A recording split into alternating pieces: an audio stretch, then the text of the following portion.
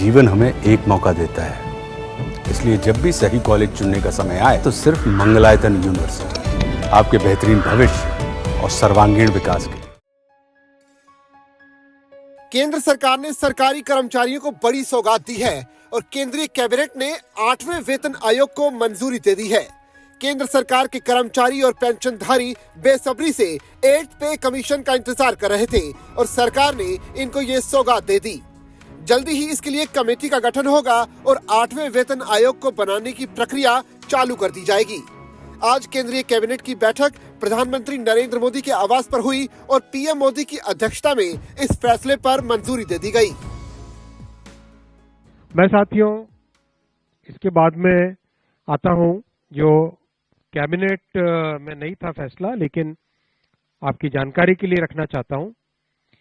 माननीय प्रधानमंत्री जी ने केंद्र सरकार के सभी कर्मचारियों के लिए 8th सेंट्रल पे कमीशन को मंजूरी दे दी है।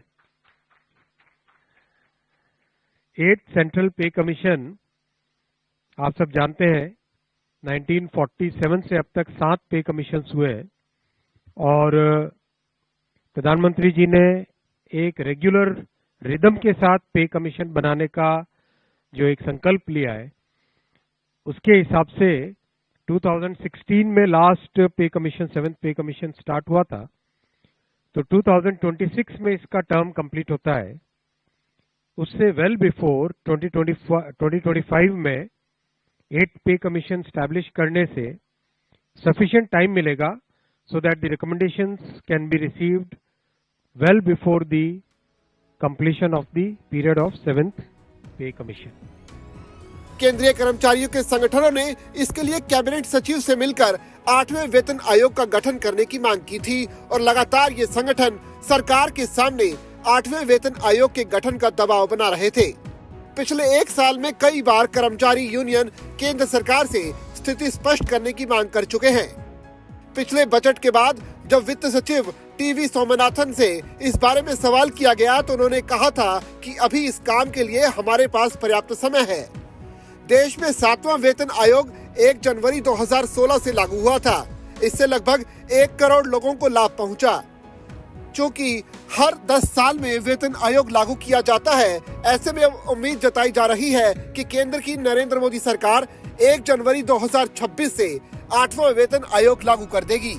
इससे न्यूनतम वेतन और पेंशन में बड़ा बदलाव आने की उम्मीद है। जैसा आप जानते हैं, इसमें मैसिव कंसल्टेशन होगा with the state governments, with all the different stakeholders in the central government, in the PSUs, इन सब के साथ डिटेल्ड कंसल्टेशन होगा और चेयरमैन एंड 2 मेंबर्स का भी शीघ्र अपॉइंटमेंट होगा। एक तरीके से ये एक बहुत बड़ा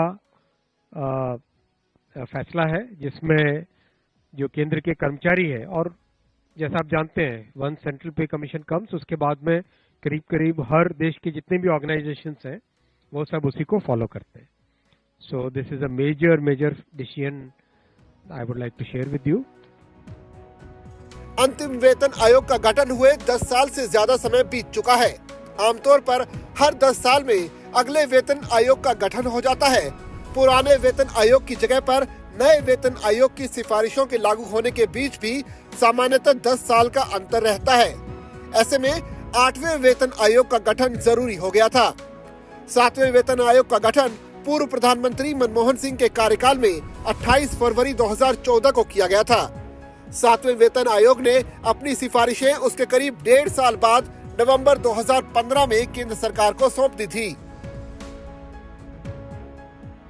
उसके बाद 1 जनवरी 2016 से 7वें वेतन आयोग की सिफारिशें लागू हो गई, जो अभी भी लागू है।